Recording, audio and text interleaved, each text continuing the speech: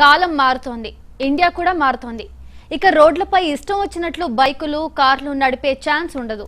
అంతేకాదు, మందు కొట్టి వాహనం నడిపితే ఇక అంతే, 10,000 ఫైన్తో పాటు బోనస్గా జైలు శిక్ష గ్యారంటీ. అవును, మీరు వింటున్నది నిజమే.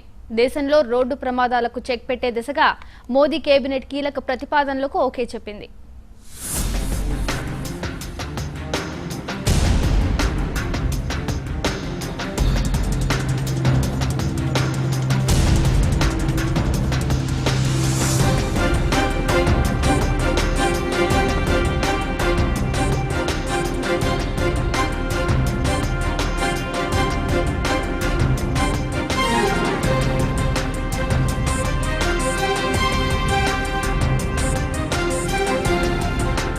మందుబాబులు ఇక జాగ్రత్తగా ఉండాల్సిందే.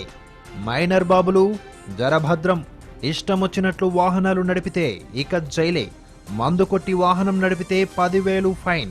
అతివేగానికి 1000 నుంచి 4,000 రూపాయల ఫైన్. సీటు బెల్ట్ లేకుంటే 1000, ఇన్సూరెన్స్ లేకుండా నడిపితే 2,000 లేదంటే 3 నెలల జైలు శిక్ష.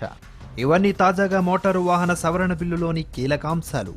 వీటిని కేంద్ర కేబినెట్ ఆమోదించింది. ఇక హెల్మెట్ లేకుండా నడిపితే 2,000, అంతేకాదు 3 నెలల డ్రైవింగ్ లైసెన్సు రద్దు చేస్తారు. హిట్ అండ్ రన్ కేసుల్లో బాధితులకు 2 లక్షల పరిహారం, ప్రమాద మృతులకు 10 లక్షల సాయం చేయాలని ఈ బిల్లులో పొందుపరిచారు.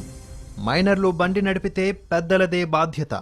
వారికి 25,000 రూపాయల జరిమానా, 3 ఏళ్లు జైలు శిక్ష కూడా ఉంటుంది. ఆ వాహనాలు రిజిస్ట్రేషన్ రద్దు చేస్తారు.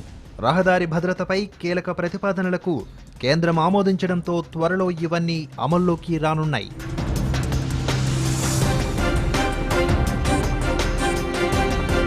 దేశంలో రోడ్డు భద్రత, రవాణా రంగంలో భారీ సంస్కరణలకు కేంద్రంలోని మోడీ సర్కార్ శ్రీకారం చుట్టింది.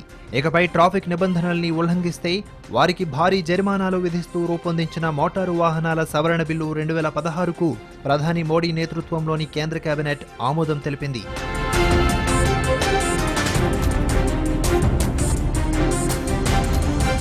అటు 18 రాష్ట్రాల రవాణా మంత్రుల సిఫార్సుల మేరకు ఈ బిల్లును రూపొందించినట్లు జాతీయ రహదారుల శాఖ మంత్రి నితిన్ గడ్కరీ తెలిపారు.